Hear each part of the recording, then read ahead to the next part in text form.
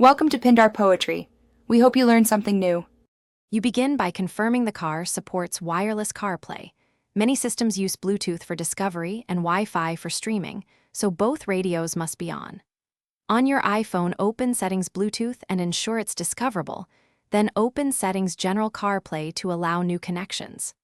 Once done, place the phone near the vehicle's infotainment screen and, if prompted, plug a lightning cable to start the handshake. This initial step establishes the secure pairing needed for the deeper connection. Next, pair the devices. On your iPhone, tap the vehicle name in Bluetooth and confirm any numeric code shown on both screens so they match. This verifies the secure link.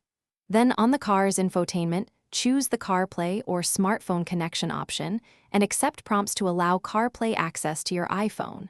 Make sure to permit contacts and notifications if asked. If the system uses Wi-Fi for media, the car and phone will negotiate that automatically after Bluetooth confirms identity. Finish by confirming Apple CarPlay shows on the infotainment screen and launch maps or music to verify audio and touch control. If CarPlay doesn't appear, make sure Bluetooth and Wi-Fi are still enabled, then restart your iPhone and the car system. Sometimes a fresh repair resolves handshake hangs. Also check screen time restrictions and Siri settings on the iPhone because disabled permissions can block CarPlay.